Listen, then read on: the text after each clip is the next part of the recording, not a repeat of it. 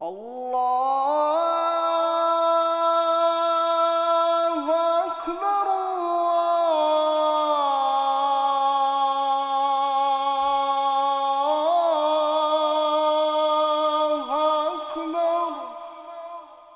Allahu Akbar, Allahu Akbar.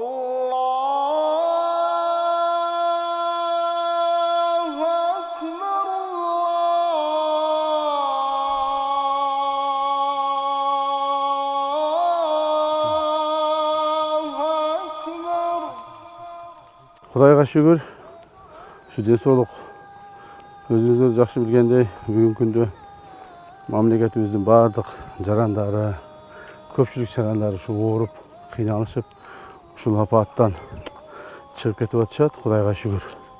Шықпай қалғандар да болып жатышат. Мен ошол шығып кетіп жатқандардың қатарында мен да Құдайға шүгір денсаулығым чыңдап шықтым. Азыр жақшымын.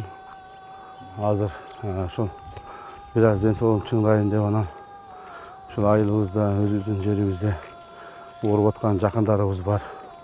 Ошолордон кабар алайын деп келдим. Бирок ошол эле мезгилде бул оору деген ушундай оору экен, бул тез эле жакшы болуп, эртең бутуңа туруп чуркап кете албайт экенсиң да. Азыр деле менде ушундай баягы мындай деп коет, слабость да, мындай эме жок, күч жок болуп турат да. Акырын анан ушу ооруна келет экенсиң. Бул оору деген өтө жаман оору экен. Бул оорунун алдын алыш керек экен. Анан мен ушул бизди көрүп турган анча-мынча биздин ушу телекөрүүчүлөргө айтып кетет элем.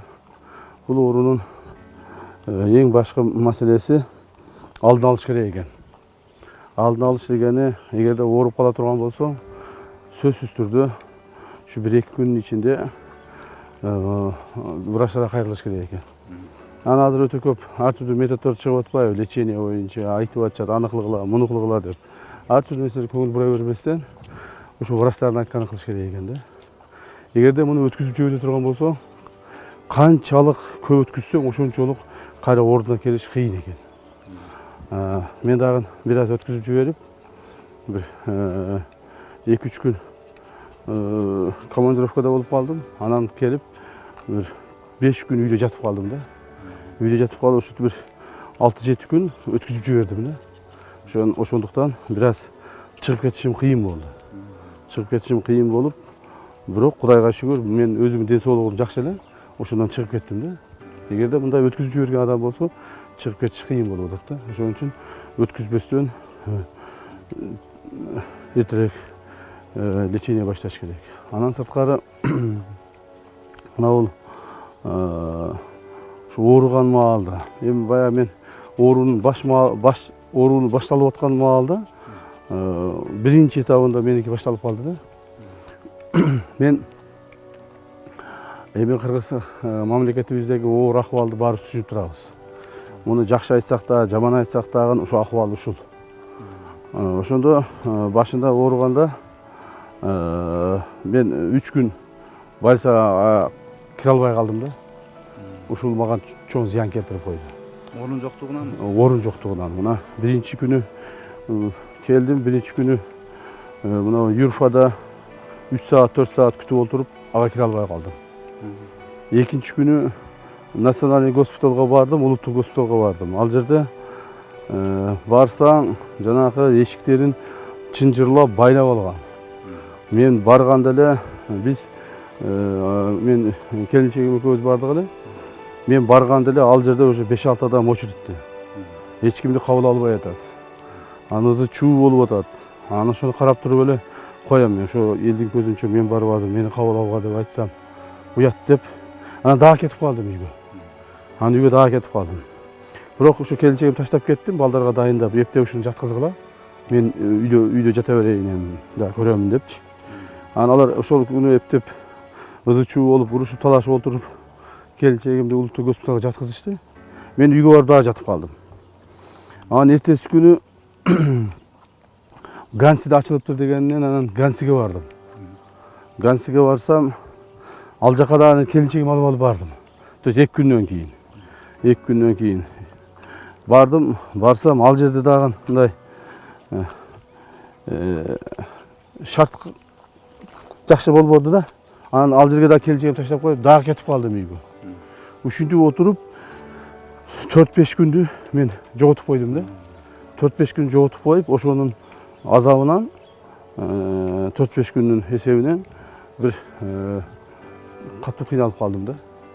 Ошондуктан айтайын дегеним, мына ооруган адамдарга тез аранын ичинде жардам көрсөтүлүш керек деген, больницага жаткызылыш керек экен да.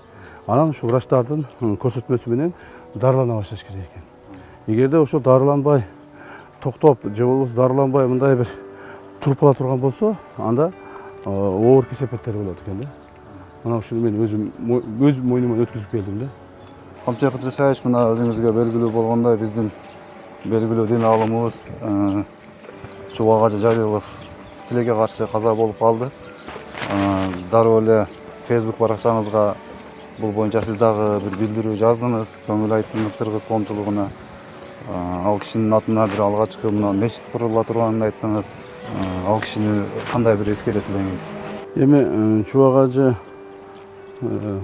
аалым боюнча айткан, бул айтыш өтө оор, мен үчүн өтө оор. Азыркы күндө эстеп атканда дагы мен ушул кишини мындай кайгы капа менен мындай оор эскерүү кылам да. Кээ бирлер жеңил желп эле айта коюшат экен, кээ бирлер жеңил желп эле жаза коюп атышат. Сүйлөшкөн сөздөрүн, аудиолорун чыгара коюп атышат. Мен андай кыла албайм да.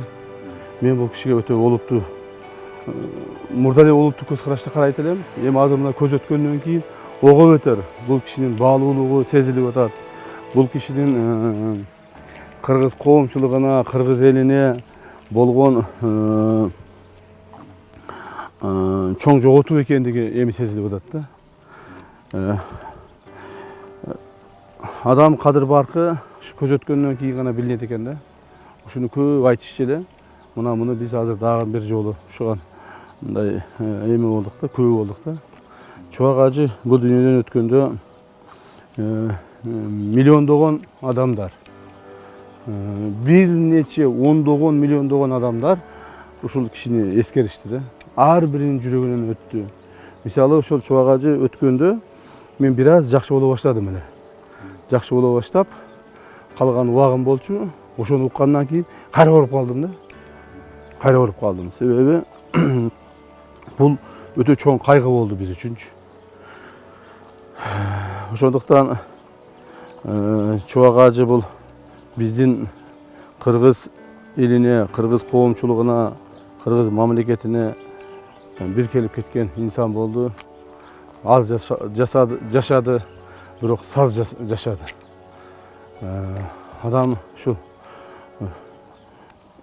кээ бирлерибиз 20 жыл, кээ бирибиз 30 жыл, кээ бирибиз мына 40-50 жыл, кээ бирлер 80-90 жыл жашайбыз. Бирок өмүрдө калтырган, мамлекеттин тарыхында калтырган чоң издер боюнча Чубак Ажынын 45 жылдык өмүрү мамлекетте чоң из калтырды. Жана эми бул кишинин мындан аркы өмүрү легендага айланып, мындан аркы өмүрү муундан муунга берилип, мына азыркы кичинекей балдар чоңоюп, булардын балдары чоңоюп, ушинтип кыргызга бул берилип кете турган өмүр болуп калды да. Ошондуктан биз мунун атын, бул кишинин жашаган өмүрүн, кылган иштерин тынбастан ушу коомчулукка жарыялап, коомчулукка калтырып, изин калтырганга аракет кылышыбыз керек да. Чубак Ажы өтөрү менен эле биз өзүбүздүн айылда мечит куруп атканбыз. Ошол мечиттин атыны аалым Чубак Ажы атындагы мечит деп коелу деп чечтик. Ошол эле күнү. Себеби дегенде ошо мечиттин ачылышына өзү келип биринчи фундаментине, биринчи күрөктү ошол таштап берди эле. Ошондуктан эми Чубак Ажыны мактап, жактап көп нерсе айта албаймын, бирок жүрөгүм ушу ооруп ушундай болуп турам да. Ооруканада жаттыңыз. Ошол жерде дарыгерлерибиздин ишке болгон ушул аракеттери кандай болду, кандай бааладыңыз жалпы? Эми дарыгерлер бүгүнкү ситуациядагы ошо баягы эле согушуп атабыз деп атпайбы, согушуп аткандагы биздин солдаттарыбыз, биздин ушул баатырларыбыз, ушу дарыгерлер болуп атат да, врачтардын жанындагы медсестралар жана башка ушул дарыгерлердин баардыгы.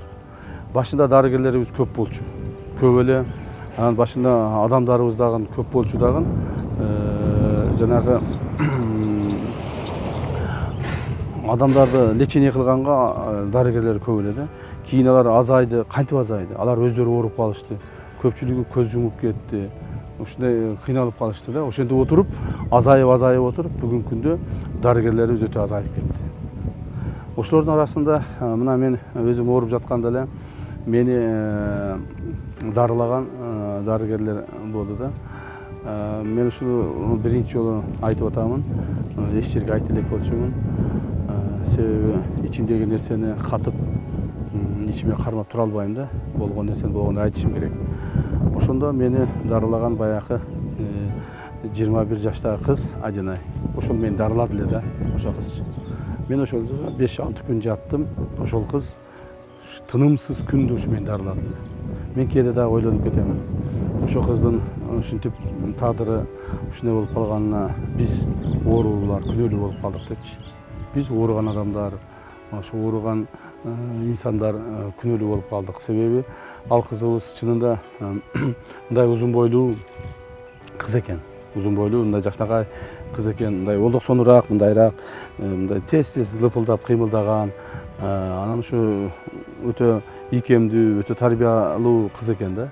Байкуш кыз ошентип жардам берип жүрдү. Анан бир келгенде мындай карасам, ушу баягы бүт эмени кийген, алиги спец одежда кийген, очкилер тагынган, ошо очкесинин ичинен көрүнүп турат да. Беттери тердеп, ушундай тердеп, баягы кыз кыйналып калыптыр да. Анан мен айттым: "Ай кызым, могул очкиңди чечип, кичине бети башыңды арчып, дем алып албайсыңбы? Кыйналып калыпсың, ар жак бир жака чуркап. Өзүң карасаң кыйналып калыпсың" десем, ошондо айтты эле да: "Жок байке, мен ушул сменанын акырына чейин жүрүшүм керек. Азыр чечсем болбойт, сменанын акырында чечем" деди. Анан ошону азыр мына мен ойлоп атам да, карасаңыз мына жаш 21 жаштагы кыз ушунчалык кыйналып, кысталып, тердеп, бышып баягынын ичинде чуркап иштеп жүрөт да. Иштеп жүрөт. Ал эмнеден иштеп жүрөт? Ал акча үчүн иштеп жүргөн жок. Ал бир даңк үчүн же бир наам үчүн иштеп жүргөн жок. Ал өзүнүн жеке ички дүйнөсүнүн тазалыгынан ушул ооруп жаткандарга жардам берип калсам экен. Мен Кудай буйрса ушу врач болсом, ушу врач кесибинде окуган кыз экен академияда. Врач болсом, ушул элге ушуну жардам берсем экен деген чоң бир ички сезими менен жүрүп, ошо ички сезимин алпырышып жүрүп, өзүн карай албай калды да. Ошо менен алпырышып жүрүп, мен жардам берем, ушуларга мен бутуна тургузушум керек деп жүрүп, өзүн өзү карай албай калды дагы. Даже өзүнүн ооруганын сезбей калды да. Өзүнүн ооруганын, өзүнүн ушундай бир кетип атканын сезбей калды да. Сезбей ушинтип өтүп кетти. Мен ошондуктан биздин дарыгерлерге өтө чоң ыраазычылыгымды билдиремин. Жана мындан ары дагы туруп бергиле, аягына чейин туруп бергиле деп дагы суранамын. Себеби бул нерсе бүтүп калган жок. Мына кечээ эле өтө чоң антирекордду койдук. Ошондуктан Кудай буйрса ушул элибиздин жакшы болуп кетишине дарыгерлерибиз чоң салым кошотко дейм да.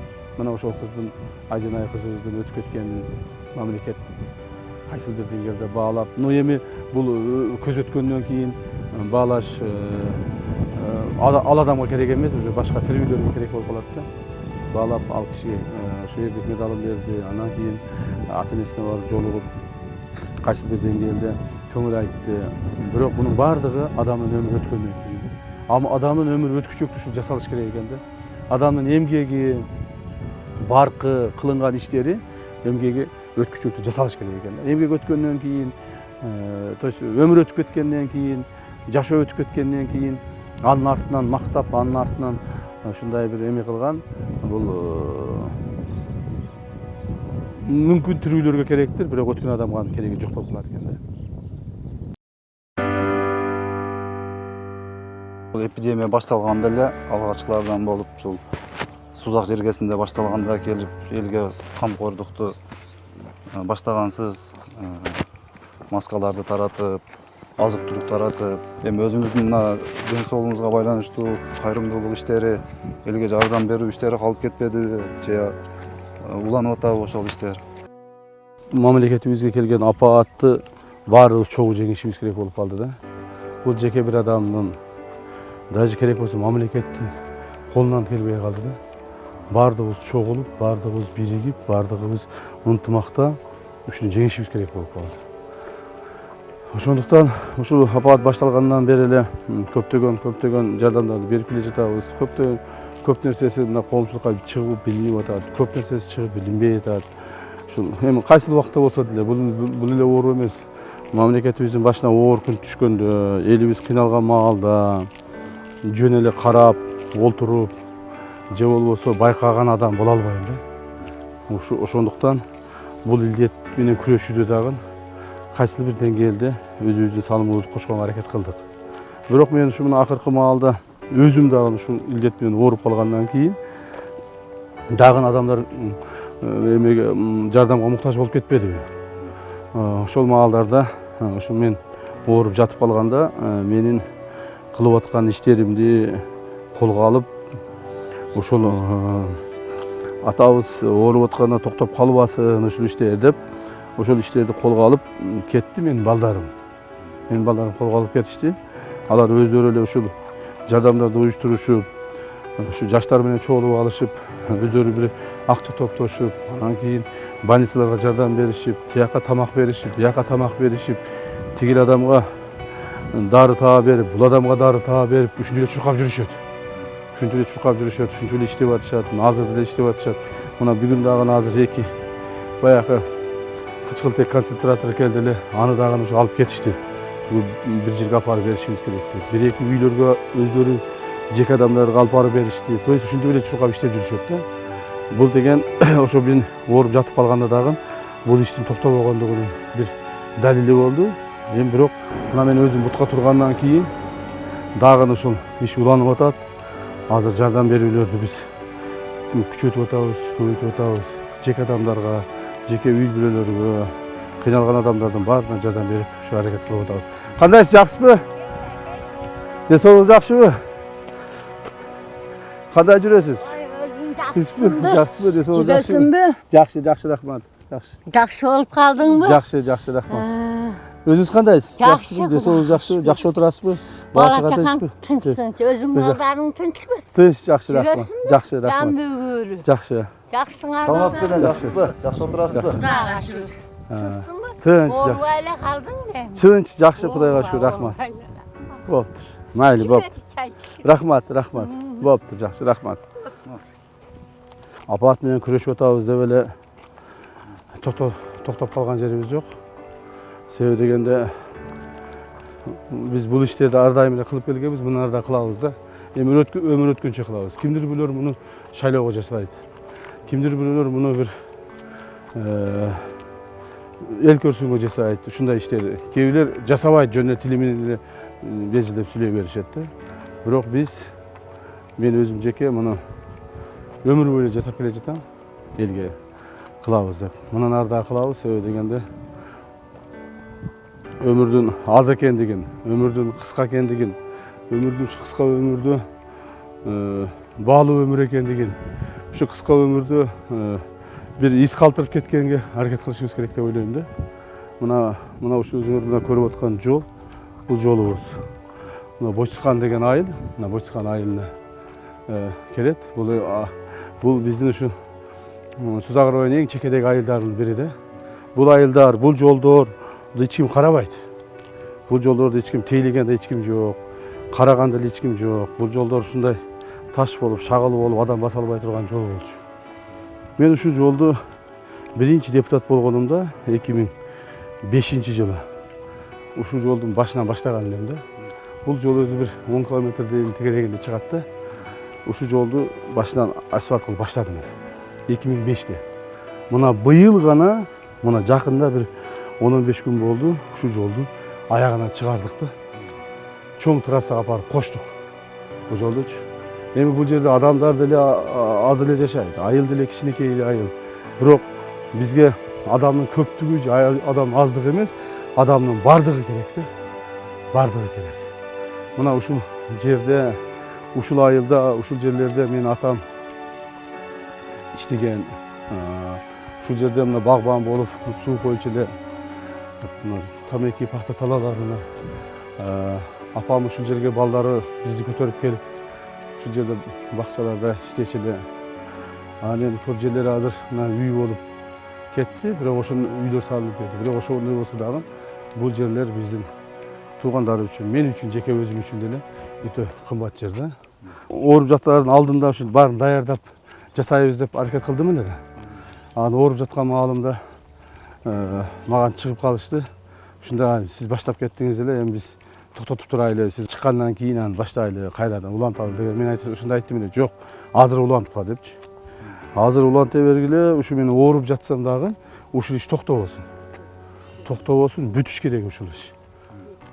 Ушул жол бүтүш керек деп аракет кылдым эле. Мына жол бүтүп калды. Азыр мына жерден башталат. Былтыры ушул жерге чейин алып келдик эле да, жолдучу. Түзүлүп келди. Эми мындан биягын бүттү. Мына азыр көрөсүңүз, жаңы асфальтты басып бүттүк. Мен жеке планым ушундай. Мына бүгүнкү кырдаал бүтмөйүнчө, мамлекетибизде азыркы кырдаал жөнгө салынмайынча, адамдарыбыздын ооруганы азайып, мына ушул апаат кеткендерди азаймайынча биз токтобойбуз. Мынага жардам берип койдум, токтоп калдым, буга жардам берип койдум, токтоп калдым, болбойт. Акыр аягына чейин күрөшөбүз. Акыр аягына чейин мүмкүнчүлүгүбүзгө жараша, эгер тыйын тыпырыбыз калбай кала турган болсо, керек болсо анча-мынча нерселерибизди ушу арзаныраак сатып болсо дагы ушул элге жардам кылабыз. Мен мына бая башында айтып өттүм, азыр дагы айтып өтөйүн, ушу мен балдарым, менин чоңоюп калган балдарым бардыгын таштап коюп, азыр ушу элдеп чуркап жүрүшөт да. Мен ошого ыраазы болуп атам да. Кээде отуруп алып өзүмчө таза ыраазы боломун. Ушу чуркап жүрүшөт, ушу атамдын иши токтоп калбасын. Ушу ооруп жатып калса биз токтоп калбайлы деп балдарды чогултуп алышып, ошол жардамдарын беришип, тамактарын беришип, дары-дармектерин беришип, ар түрдүү жардамдарды алып келишип, ушинтип эле чуркап жүрүшөт. А мен аларга колуман келишинче мен да жардамымды берип атам, материалдык жардамымды берип атам, тыйын тыпыр таа берип атамын.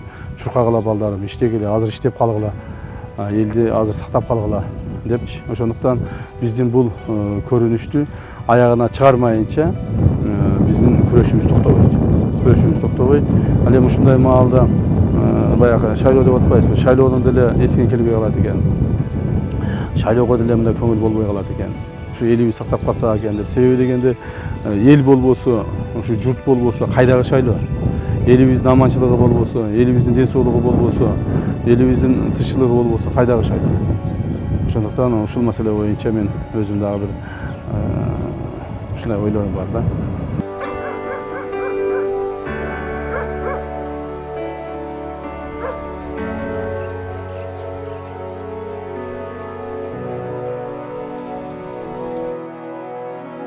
Саясий суроолордон дагы берип алайын.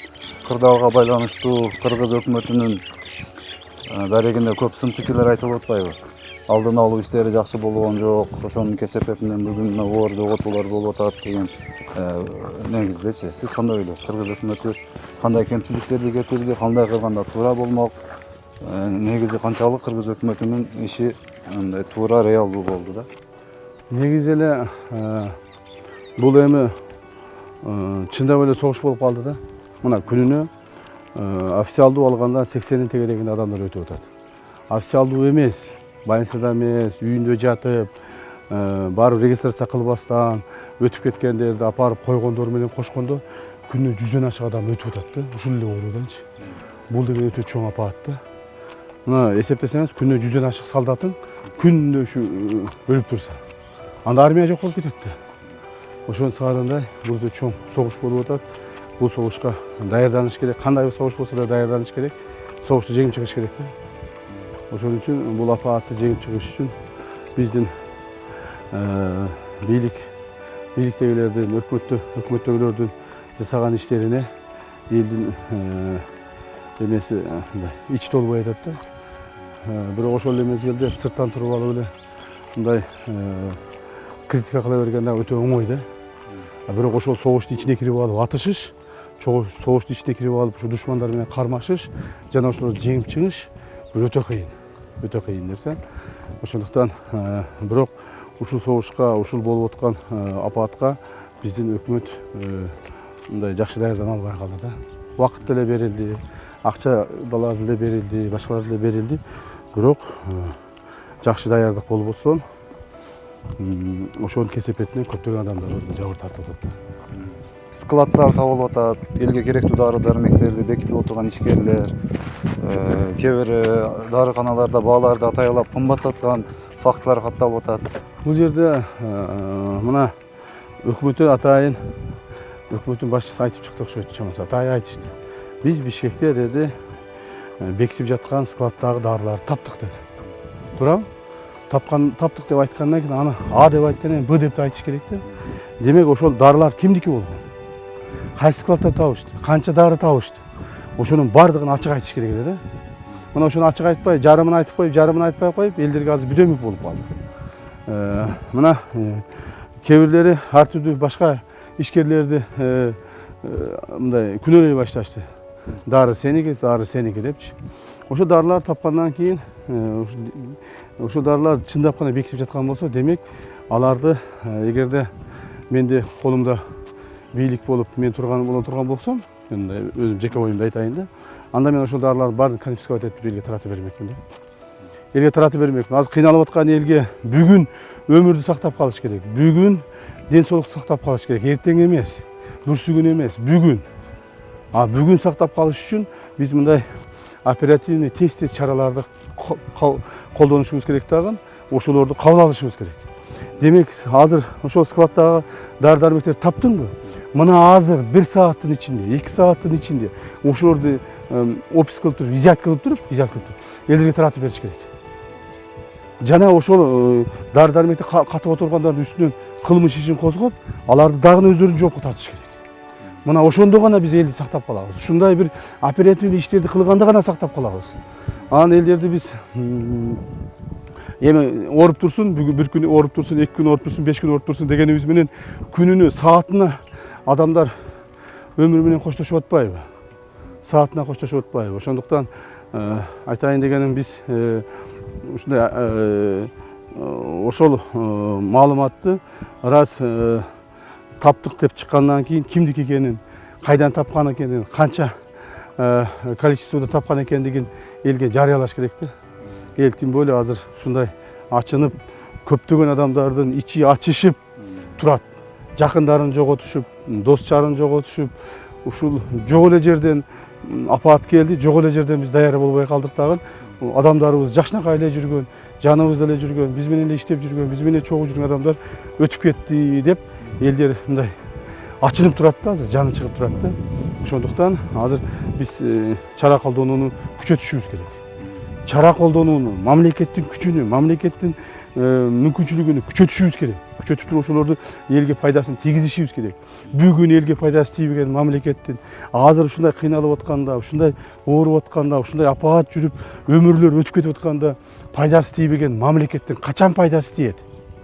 Качан бизге керек? Качан бизге керек? Бүгүн мына бул согуш болуп атса, ошол согуштагы патрондорду, ошол согуштагы ок дарыларды бекитип алып туруп жаткан чыккынчыларды мына азыр наказать этиш керек. Азыр ошолорду мойнуна илиш керек. Эми жардамдар боюнча айта турган болсок, мына өзүңүздөр көрүп атасыңар, мамлекетке эми биз санын билбейбиз, бирок басылмаларга чыгып атпайбы? 600 миллион доллар тегерегинде жардам келди деп. Ошол 600 миллион доллар келген жардамды кайсы тарапка кандай иштетти, ошондон болгон эффективдүүлүк кандай болду, ошол бизге жок болуп атпайбы? Мына кечээ эле бир маалымат чыкты, тез жардам машиналарынын өтө кымбат келгендиги боюнча. Муну дагы текшериш керек. Муну дагы текшериш керек. Мамлекет раз ушундай чоң эме болуп аткан болсо, жанагы кыйналышта жашап аткан маалда, анан кийин мамлекетке келген жардамдар эффективдүү пайдаланбай турган болсо, аларды башка максатка пайдаланып жиберген болсо, ал боюнча дагы жоопкерчилик бар. Ал боюнча дагы сураш керек. Анан эми жеке адамдар жардамдарды алып келип атышат. Мына биздин мына предпринимательдерибиз, жеке адамдарыбыз, кээ бирлери ашын, тамагын таштап коюп, үйүндөгү нерселерин апарып сатышып, үйүндө турган анча-мынча тыйын тыпырларын алып чыгышып, элге жардам беришип, ушинтип эле чуркап жүрүшөт байкуштар. Элибизди сактап атат да. Элибизди өзүбүздүн элибизди сактап атат. Ошол адамдарга чоң ыраазычылыгымды, рахматымды айтамын. Анан эми азыр ушул мамлекет бүгүнкү күндө эффективдүү иштей албай турган болсо, бул мамлекеттин эртең тарыхтагы бети чүркөө болуп калат да. Анан эми ушундай оор кырдаал болуп атканда, башталганда эле тиги парламент каникулга чыгып кетпеди. Бул канчалык туура болду? Эми парламентте биз өтө көп сындашты. Парламентке сын айткан адам баатыр эмес да. Парламент өтө көп сындашты, себеби парламент ошого татыктуу болду. Быйылкы парламент, ушул азыркы 6-созда парламент сынга татыктуу болду. Парламент ичинде мындай бир элди жерде кээ бир каттуу бир көзөмөл кылып, бийликке мындай бир жүгүнүп бербеген чоң саясатчылар болбой калды. Ошонун негизинде парламентте өтө чоң сынга кабыл болду да. Парламенттин бүгүнкү күндөгү, мен башкасын айтпайм, азыр баардык нерсе коомчулукка ачык чыгат да. Баардык кылган ишин коомчулукка ачык чыгып атат. Кече күнү отпускнойлорду алып кетиптир деп атат. Бири 200 миң алдым деп атат. Бири 300 миң алдым деп атат. Бири 400 миң алдым деп атат. Мына ушул жактан эле караганда, ушул эле жерден караганда депутаттар ошол алган айлыктарын, может быть, кээ бир депутаттар бар. 200 миң алса, алар элге 300 миң, 400 миң, 500 миң, миллион кылып берип атышат. Андай балдар дагы бар. Бирок ошол эле мезгилде көпчүлүгү ошол акчаларды алып алышып, отпускайларды алып алышып, дем алганын чыгып кетишип, элди мындай кыйналган апаттан сактаганын ордуна казынаны мындай акчаны алып чыгып кеткендери өтө чоң өкүндүрөт да. Өтө чоң өкүндүрөт. Ошолдо 120 адам жок дегенде бир 300 миңден эсептесе, уже канчалаган акча? 30 миллиондон ашык акча болуп атат. 30 миллиондон ашык акча мына алардын колуна отпускной эле кетип калды да. Ошол мезгилде бул акча өтө керек эле да. Мына азыр коомчулук мына бул күрөшүп атканда, оору менен күрөшүп өтө керек эле. Ошондуктан мен айтайын дегеним, мамлекеттик органдарыбыз ушул согушка жакшы даяр болбой калышты да. Январь айынан бери эле коопсуздук кеңеши өтөт. Ошол жерде тапшырмалар коюлуп атат, белгиленип атат. Бирок ошолорду сөз менен гана болуп калды да, аткарылбай калды. Өкмөт ошону аткарбай калды. Абылгазиевдин өкмөтүн биринчи кетсин деп мен башынан мен айтып чыктым эле. Акыры кетти, бирок кеткен менен элди какшатып коюп кетти да. Элди какшатып, элди сызга отургузуп коюп кетти. Ушуга эртерээк чара колдонсо болот эле. Ушуну эртерээк ошол жерге чуркап иштей турган, элге журтка күйүп, жанымды берип иштейм деген балдары, кыздары көп кыргыздын. Ошолорду алып келиш керек эле. Команданы катуу түзүш керек эле. Мына ошондо элибиз кайсыл бир деңгээлде сакталып калат эле да. Чындап айтканда, ушул апаат көптөгөн менин дагы досторумду, тааныштарымды алып кетти да бул дүйнөдөнчү. Ошого ичим ачышат. Ошол адамдардын кайтып келе албай калганын ичим ачышат. Мына кече менен эле ооруп жатканда бир эжебиз бар эле, өзү ооруп жатып дагы мени сурап атты да. Кандай болду, эмне болду, качан кантип жакшы болот депчи. Мына кече күнү ал киши көз өтүп кетти. Мындай адамдар жүздөп, уже азыр миңдеп саналып атпайбы. Ошондуктан ушул адамдардын убалы кимге деген сөз өтө катуу тийип атат да көкүрөккөчү. Нараазычылык акциялары да болуп өттү. Шайлоонун өз убагында өтүшү керек же жылдырыш керек деген суроо дагы азыр негизги суроолорго айланды да. Сиз кандай ойлойсуз? Шайлоо өз убагында өтүшү керекпи же азыр шайлоо жөнүндө сүйлөбөй турганыбыз? Биз азыр митинг дегендерди токтотушубуз керек да. Мына ачык эле айтайын да.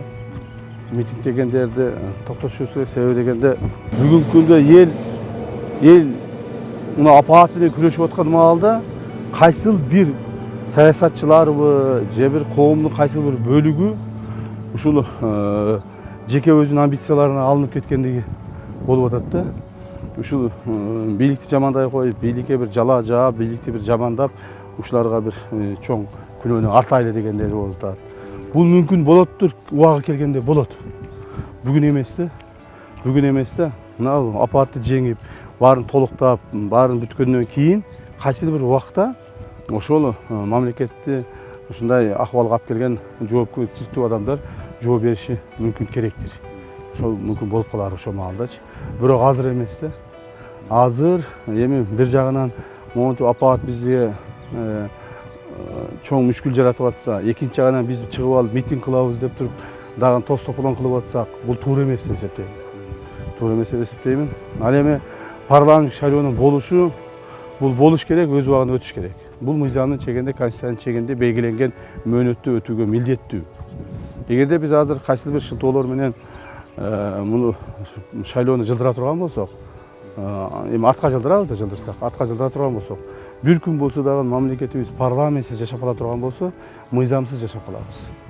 Мыйзамсыз жашаган маалда өтө чоң жакшы эмес маселелер болуп калышы мүмкүн да. Ошондуктан биз сөзсүз түрдө өз убагында конституциялык срокто парламент шайлоонун өткөзүшүбүз керек. Мамлекетте бир дагы күн бош калбастан мамлекеттин президенти, мамлекеттин парламенти, мамлекеттин өкмөтү иштеш керек. Бир дагы күн бош калбаш керек да. Шайлоого буга чейин берген бир маектериңизди айттыңыз эле. Мен шайлоого же Мекенчил партиясын жетектеп барамын, Садыр Жапаров досумдун, же Ата журт партиясына Мекенчил партиясын кошуп туруп барамын деп. Маселе кандай болуп чечилди? Азыр айрым булактарда айтылып атат, сиз Мекенчил партиясын жетектеп бара турган болдуңуз деп. Ушуну так жооп берип койсоңуз. Биз маселени чечтик, акыры бир жерге келип токтодук. Мен ушул Садыр Жапаров досумдун экөөбүз уюштурган Мекенчил партиясын 2010-жылы июнь айында уюштурган элек. Ошондо дагы ошол Ата журт партиясынын документтери кайсы бир башка адамдын колунда болуп, ал бизге алып келип бербей, биз болсо аны таппай, ызы чуу болуп, өйдөлүү болуп, ушундай болгон элек да. Анан ошондо кой, эми азыр ушул шылтоосу менен шайлоого катыша албай калат окшойбуз. Башка партия ачайлы деп туруп, Мекенчил партиясын ачып койдук эле да, ачып койдук эле. 2010-жыл болчу бул, июнь айында эле. Эми ошол Мекенчил партиясын Садыр Жапаров башкарып, ошол карап жүргөн болчу. Азыр эми ошол Мекенчил партиясынын башында туруп, мен өзүм парламент шайлоого аттандым. Биздин Ата журт партиясында жүргөн, Ата журт партиясын колдогон, элге, журтка чоң ыраазычылыгын билдирип, жана ошол элдердин бардыгын мына эртең келе турган парламент шайлоодо Мекенчил партиясынын менин баргандыгымды билдирип кетейин деп айткым келет да. Жана ошол Мекенчил партиясын мен жетектедим. Бул уже мындай чечилген акыркы маселе. Кайсыл бир партиялар менен биригишиңиз мүмкүнбү? Партияңызда кайсыл белгилүү саясатчылардан кимдер бар дегендей суроолор көп берилди да. Алдыда кайсы бир партиялар менен биригүү пландары барбы? Биз белгилүү саясатчыларга, депутаттарга, мурунки мамлекеттик чоң кызматта иштеген адамдарга басым жасаган жокпуз. Бул Мекенчил партиясы. Мекен үчүн, мамлекет үчүн, ата журтубуз үчүн ушундай бир күйгөн партия. Биз мекенчилдикти туу туткан. Ушу мекенчилдик аркылуу мамлекеттеги көптөгөн маселелерди туура жана оң жагына эл тарапка чечкенге мүмкүнчүлүк алабыз деген чоң үмүттү кылып туруп, ушу Мекенчил партиясын жетектеп кеттим да. Анан бул жерде бир чоң эски депутаттардан, мына азыркы депутаттардан биз принципиально эч кимди кошпой атабыз. Бир-эки эле депутат болушу мүмкүн. Бир-эки эле депутат, калган депутаттарды биз кошпойбуз. Мамлекеттик чоң кызматта иштегендер адамдардан да бир-эки эле адам болушу мүмкүн. Калгандарын кошпойбуз. Негизинен бизге жалаң мекенчилдер, жаштар, мамлекет үчүн деп күйүп, жанып, мамлекет үчүн мен жанымды берем дегенге даяр ушундай бир жаштардын бир тобун түзүп атабыз да. Ошондуктан биз бүгүнкү Мекенчил партиясынын багыты өзүн өзү эле айтып турат. Мекенчилдиктин негизинде көп маселелерди чечебиз деген үмүтүбүз бар. Ал эми башка партиялар боюнча туура ар түрдүү партиялар бар. Партиялар менен биригүү процесси бар, башка процесстер бар. бүгүнкү күндө биз бир алдыбызга чоң максат кылып бирөө менен биригип кетели деген чоң максатыбыз жок. Бирок кайсыл бир деңгээлде бизге түшүп аткан суроо талаптар бар. Биз ал партиялар менен сүйлөшүп атабыз. Бирок ошо бириккен маалда дагы биз өтө мындай бир биригиш үчүн эле, чогулуш үчүн эле, эптеп эле парламентти жеңип барыш үчүн эле бирикпейбиз. Кудай кааласа. Биз бириксек ошол мекенчиликти туу туткан адамдардын катарын толукташ үчүн биригебиз.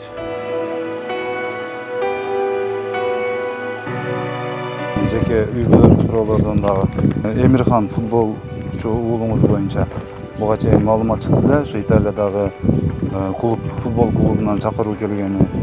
Азыр эпидемиологиялык кырдаалга байланыштуу дүйнө жүзүндө Эмирхан асыл кайсыл жакта, бардыбы ал жака же бул жакта даярданып атабы, келишим түзүлдүбү? Азыр Эмирхан боюнча уулумду 17 августка Перуджа шаарында ошол церемония подписания болот. Ал деген ошол жерде Эмирханды Италия чемпионатында бүгүнкү күндө ойноп аткан серия Б чемпионатында ойноп аткан Перуджа командасынын дубль составына, то есть молодежный составына, 16-17 жаштагы составына кабыл алуу церемониясы болот да. Ошого 17 августка Кудай буйрса мен алып барып калышым керек.